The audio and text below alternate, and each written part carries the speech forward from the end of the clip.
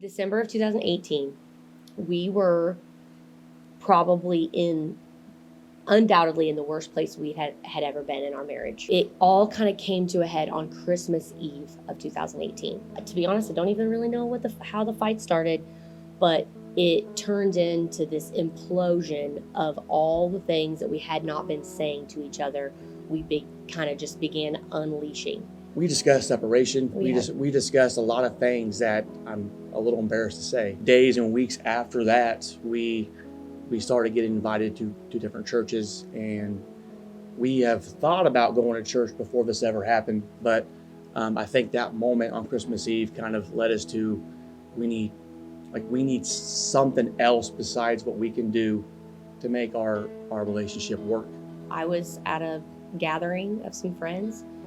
And Lucinda Cox was there, and she just kind of approached me and said, "Hey, my kid, every time we drive by your house, really wants your kid to come to church with him. He asks me every time, and I don't really know what you guys believe, and I don't really know how you guys feel about church, but I feel like because my kid is inviting your kid, it's the right thing to do." Walking into the Hope Anthem Church that morning, and we were like, super nervous. We got greeted in the first impressions because they're the best team there in the church for sure. Got the truth. And that kind of calmed our nerves down initially, and we got seated down by Steve Still, and it was kind of history after that. But I felt something moving in me after the first time I was here.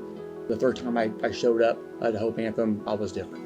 I gave my life over to God at that point and accepted Jesus into my heart. It's been awesome for our marriage, my workplace, for raising my kids.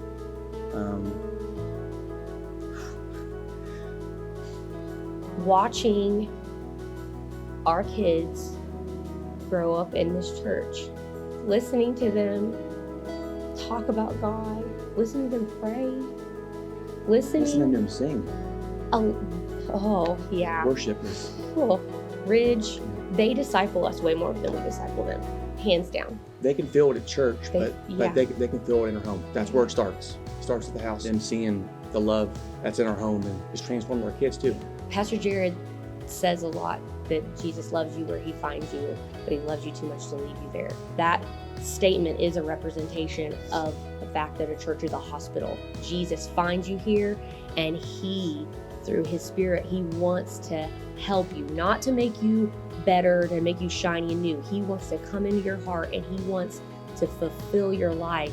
When I kind of jumped in and started serving, I developed friendships I never thought existed at this church. There's so many guys here that I like to call them the 3 a.m. friends. They will answer their phone and they'll be at your house in 10 minutes. The biggest thing for me is pride, and just men don't like to be vulnerable, and I think it's important for men to ask for help and to share vulnerable things with close friends. That's okay, and that's helped me. Where we're at then and where we're at now is it's remarkable.